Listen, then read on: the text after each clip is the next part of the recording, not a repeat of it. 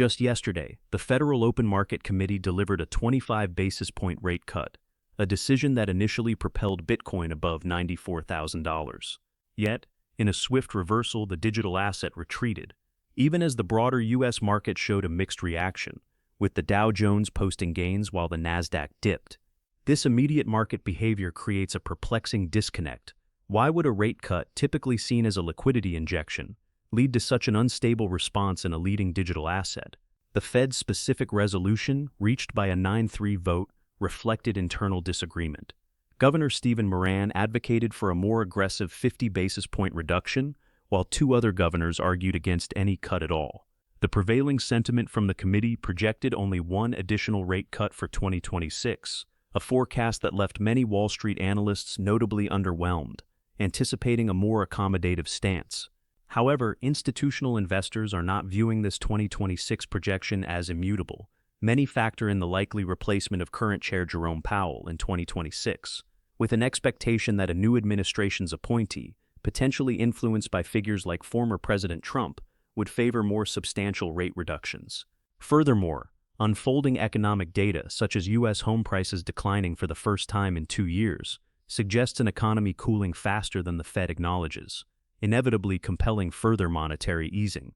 Despite the Federal Reserve's cautious rhetoric, significant institutional capital continues to flow into the digital asset space. Yesterday alone, Bitcoin ETFs recorded a net inflow of $223 million, with BlackRock's IBIT fund notably reversing a prior day's outflow to attract $193 million. Concurrently, Ethereum ETFs drew $57.6 million. This sustained institutional appetite extends beyond ETFs, as evidenced by Bank of America now issuing credit lines backed by Bitcoin, a clear signal of the asset's increasing integration into traditional finance. These developments underscore Bitcoin's underlying resilience, even amidst short-term volatility.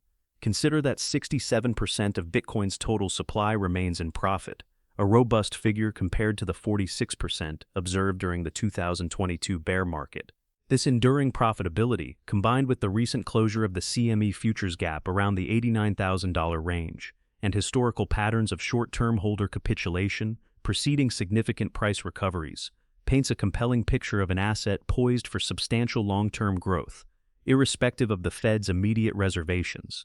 The Federal Reserve's balance sheet operations, often termed quantitative easing, represent a direct mechanism for injecting liquidity into financial markets. When the Fed actively purchases bonds, it expands the money supply, pushing down interest rates and making capital more accessible.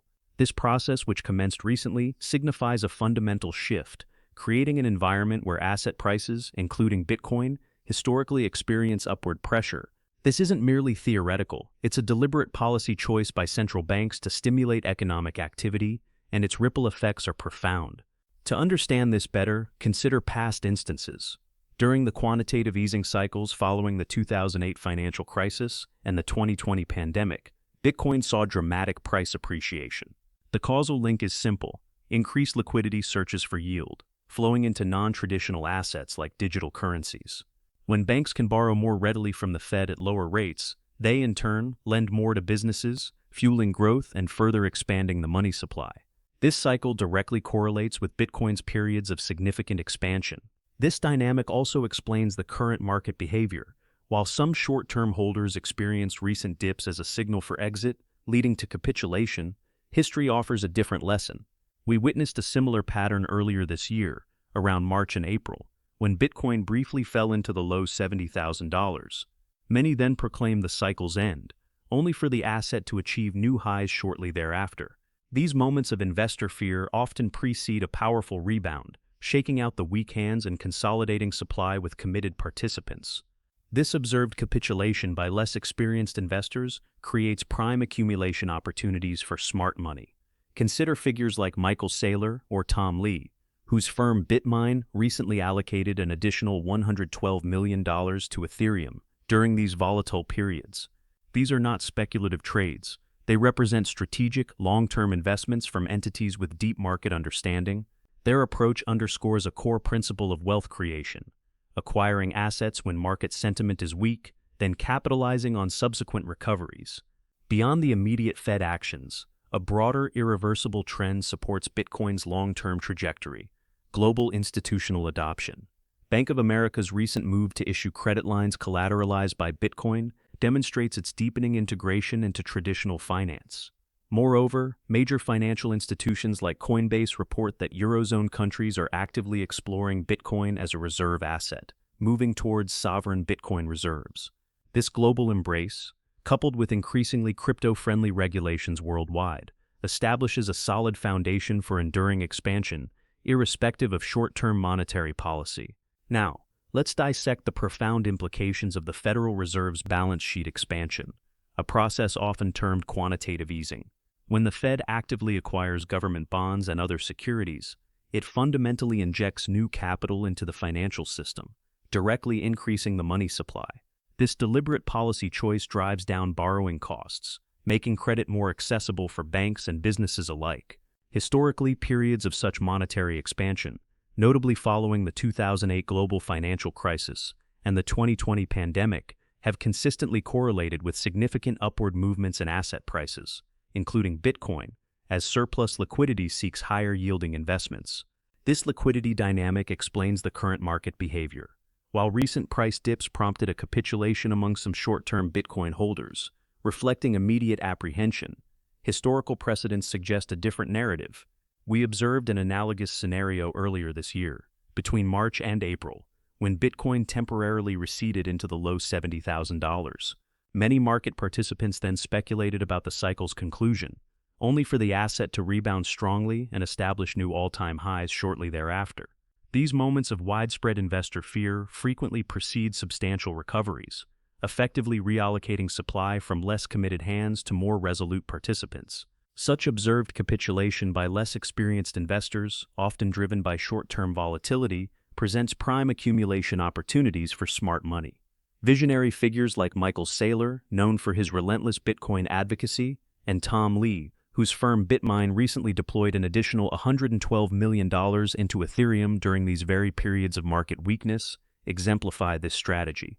Their approach is not speculative. It represents calculated, long-term investment from entities possessing profound market insight, underscoring the enduring principle of acquiring assets when sentiment is subdued to capitalize on subsequent market upturns.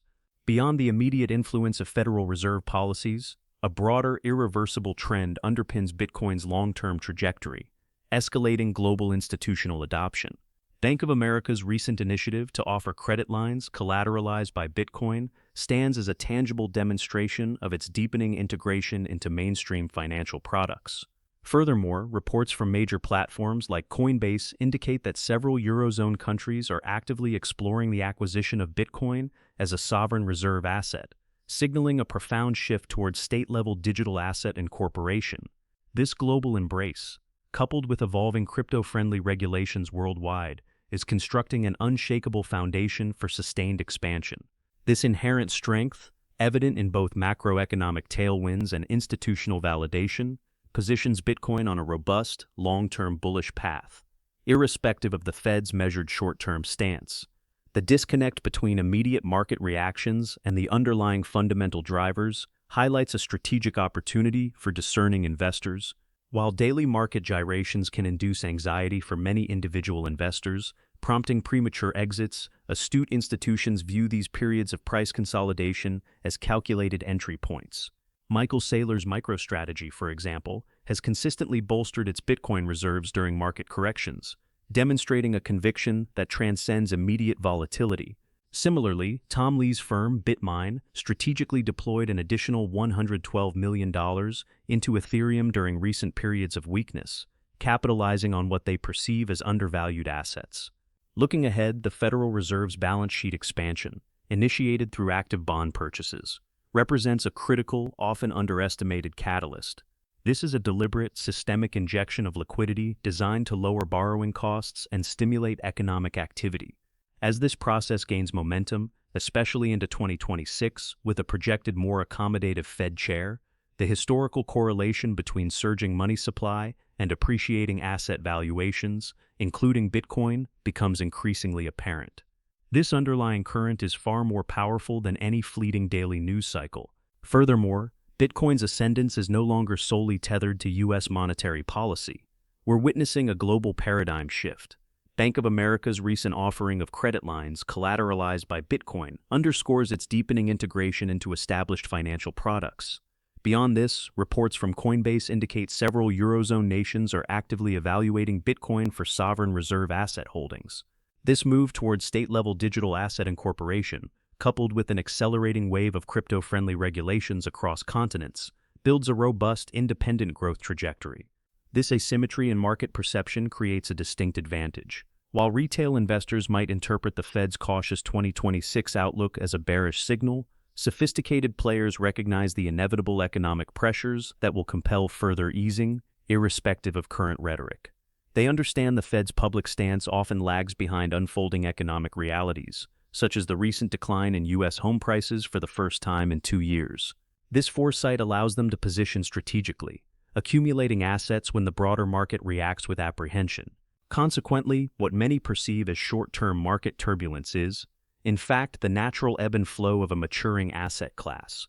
The enduring profitability of 67% of Bitcoin's supply, starkly contrasting with 46% during the 2022 bear market, speaks volumes about its foundational strength. These periods, often marked by short-term holder capitulation and the closing of CME futures gaps around $89,000, have historically preceded significant price recoveries. For those with a multi-year investment horizon, these are not moments for panic, but for calculated positioning.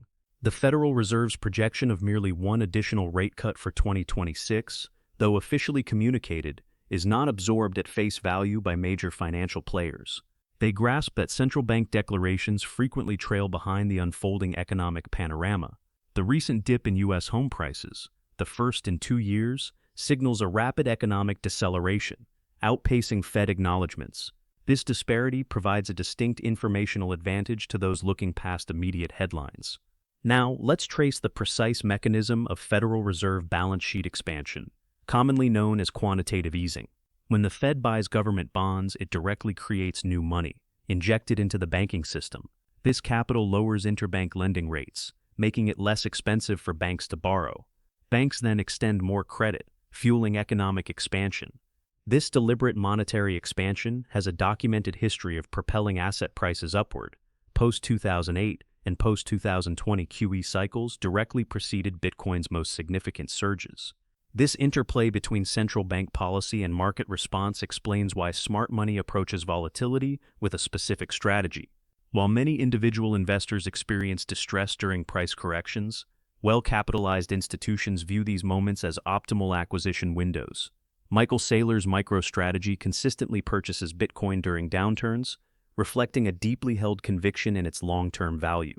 Tom Lee's firm BitMine recently allocated an additional $112 million to Ethereum during price fluctuations, demonstrating a calculated move to accumulate digital assets when sentiment is subdued.